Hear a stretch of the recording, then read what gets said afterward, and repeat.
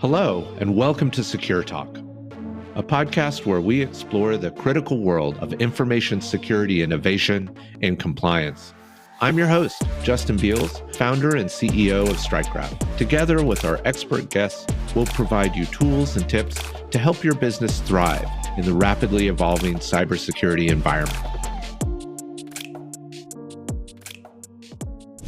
Welcome, Kenneth, to our security awareness training. We're really grateful to have you join us. Tell us a little bit about what you do at StrikeGraph. Hey, Justin. Thank you for having me today. I'm the head of cybersecurity compliance assessments at StrikeGraph. We work together with our customers in areas like SOC 2, HIPAA, PCI, penetration testing, all the information security audits. So it's a very exciting team, what we do. Yeah, and I think one thing you've done in our time working together is completed your ISACA Certified Information Systems Auditor, which is really awesome. Helps lead our team. Yeah, and also the Certified Information Security System Professional, or the CISSP, has been part of. That's amazing. Yeah. Well, today you're going to help us learn a lot about social engineering. I know from some of my research work that social engineering is about, is a part of between 70 and 80% of most breaches. I mean, it really is a big part of almost any attack that can go on. And let's talk about something really specific, which we have up here on the deck, this email phishing attempt. And this is pretty frightening. These are very similar emails. It's almost impossible to tell the difference. Yeah, and that's exactly the problem. Like, AI has dramatically increased the sophistication of the phishing attempts. So the fake email that you see on the right of the screen was generated by AI. And basically, AI learned about legitimate communications in your organization. So you can notice things like perfect grammar, appropriate context, and even writing styles that match your corporate culture. However, those traditional red flags that we were used to see, like spelling errors or some little mistake here and there, are gone. In 2025, employees need to verify those suspicious requests through secondary channels, even when a message looks like this, like it's perfectly legitimate. Yeah, so this is a big change in our operations. It's almost always verify. Exactly. If you received a request that has an impact on whether or not through a second channel, on whether or not that was actually requested. It is getting more sophisticated. We're seeing voice and video-based attacks even. How did these work? Well, the voice deepfake attacks are particularly dangerous because we tend to trust what we hear. So if you look at those waveform patterns on the screen, you will see that they are almost identical, right? The difference between the real and the fake are nearly imperceptible to the human ear. So we've seen cases where financial staff receive calls supposedly from their CEO requesting urgent wire transfers. The technology that creates these fakes is now widely available. So basically, same thing with phishing emails. Countermeasures include like implementing verification protocols, unique security questions, or callback procedures, regardless if it is a very convincing call, what you get. It's better to fall into the overprotective side of the fence than giving your money away because you think, yeah, it was my CEO was requesting that. And in my research, almost all of these social engineering attacks are generally to steal something, data or money, of course. And if we look, from a financial department perspective, there's a very particular vulnerability with technologies they might have been used to in the past, like a phone call or something along that. What special precautions should they take? Well, for financial teams, they should implement what we call trust breaking points in their workflow. Basically, if you can see this diagram, Notice how even after the initial approval, we have this a mandatory out-of-band verification step for transactions above certain threshold. So this might be, as you said, a phone call to a pre-established number or a separate authentication app for confirmation. So these breaking points prevent that continuous social engineering attack where the attacker tries to walk someone through an entire transaction process. So those little breakpoints in the process will help us mitigate the attack before it finishes. Hmm. It's interesting that one of our solutions to these social engineering problems are better behavior by us as human beings. Exactly. Yeah. um, certainly some of the most valued data is patient healthcare information on the black market. It gets sold and bought a lot, but a lot of data needs to be kept private with similar types of verification processes. Here's an example of healthcare verification processes. Can you tell us a little bit about how we're attempting to solve for social engineering here? Absolutely. So, as you said, patient data is extremely valuable, and social engineers know it, right? So, in this flowchart here, we show how healthcare staff should handle data access requests. Notice the verification tripwires confirming the requestor's identity through multiple factors, validating the clinical necessity of that information, and also logging those access patterns so they can be audited later. So the key difference in healthcare is that urgency is often legitimate. Like here, we are already talking about human life that can be in danger. So the protocols needs to be secure and also efficient at the same time, so we don't compromise the patient care. Hmm. I think this also highlights just a broader good practices from a security perspective, which is the concept of legitimate use, right? Do you need this data? Is there a good reason? Sometimes we can feel like we're going to offend someone or be offended if we're asked why we need data, but that's not a bad thing to ask, is it? Not at all. Basically, the need to know principle should apply now more than often. Mm. And so, of course, we're all very interconnected, not only as an organization, but outside of ourselves. And I think one of the other topics that you're going to help us with here is supply chain vulnerabilities. So, our organization is connected with a lot of other computers, technology systems, companies, and without them, you know, honestly, we wouldn't be able to deliver on our solution. This looks really impossibly complex. How are organizations supposed to manage this level of interdependence? The complexity is precisely the challenge.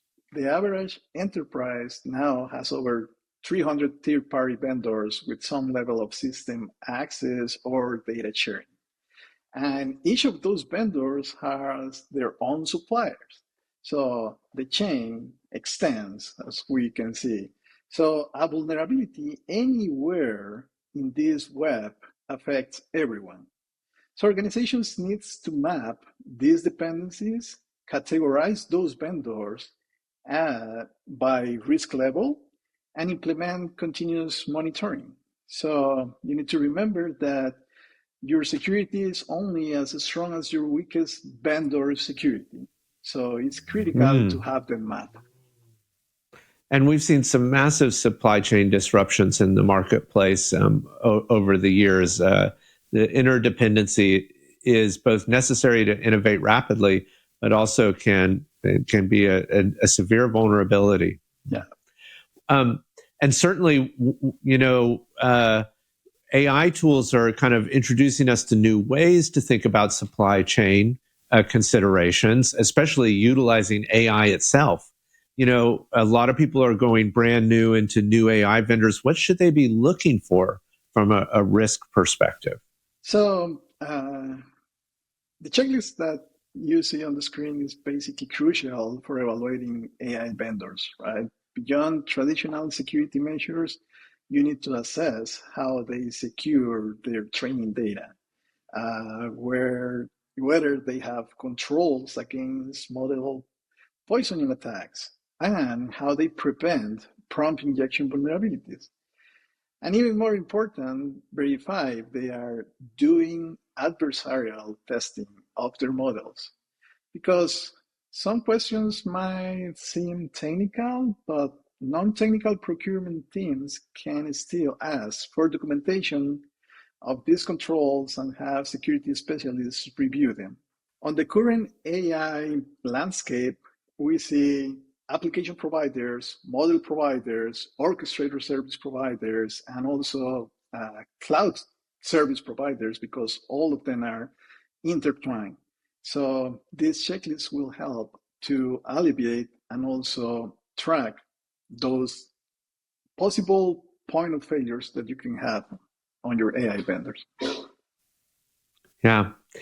Um, Certainly, the landscape of third party risk and the issues around it have been a big area of investment from a security perspective. But when I think about third party risk, one of the first requirements that I remember was that HIPAA, this law has been with us for a long time in the United States, right off the bat kind of had strict regulatory requirements for vendors. Um, Tell me how things like this verification dashboard can change your approach to managing vendors if you're a healthcare organization. Sure. Well, this dashboard shows how healthcare organizations should track vendor compliance. So beyond general security, healthcare vendors must demonstrate HIPAA compliance, have clear BAAs or business associate agreements, and show specific controls for protected health information or PHI. So this dashboard also tracks incident response, as you can see in the middle of the dashboard, where you need vendors who can respond with regulatory timeframes if there is a breach. And notice also real-time compliance monitoring, where the vendor status can change between the different assessments that they go through. Wow. I know Strikegraph, where we both work, is HIPAA compliant as a business associate. And I find it really interesting that our customers who are delivering patient healthcare, who needed us to be nearby patient healthcare information, asked for us to meet their same level of good security. I think that speaks to that web of security that you mentioned before. Exactly, because data is being transferred, accessed, or stored in different points of the supply chain. Those HIPAA customers that are requesting us to be BAA compliant, they want to have the same level of confidence that our practices can take care of that PHI the same way they do. So that is the main requirement, if we can call it like that, they will have for us to keep that data protected if it gets into our systems or nearby even. Yeah. Well, Kenneth, I just returned from a big cybersecurity conference, RSA. And of course, the concept of zero trust is a big campaign. It continues to be in the security discussion. How does zero trust apply to supply chain security? Well, it fits perfect for supply chain security because it starts with the assumption that no vendor should be inherently trust, right? If you can see that diagram on the screen, you can see how every vendor access request goes through a continuous verification process, checking identity, device security, access privileges, and also behavioral patterns. Even after the initial authorization, access is constantly re-evaluated. So the beauty of this zero trust architecture is that it works across all three sectors we are discussing: financial, healthcare, AI operations. With just small adjustments for each of those industry requirements, you can have a zero trust architecture in place working and protecting you and your data. I always think that zero trust is a little bit more of a philosophy than a set of rules, and that it should inform the rules you write. Is that true for you, Kenneth? Yeah, we can see it as a philosophy. Also, we need to take in consideration the fact that on cybersecurity, you need to balance your security measures and also the usability of your products. If we have 100% zero trust architecture, it can become an overwhelming process for the user because you will need to be re-authenticated every time. Here and there, you will need to get your credentials often, so it can be a little bit of a pain for using that system. So you put it in the right way. It is a good philosophy that can be applied and that you need to leverage in order to see how deep you want that zero trust to get into your solutions. Wonderful, Kenneth. Thank you for covering the social engineering, security awareness, and as well the supply chain security awareness work that we have to do today. Of course, Justin, anytime.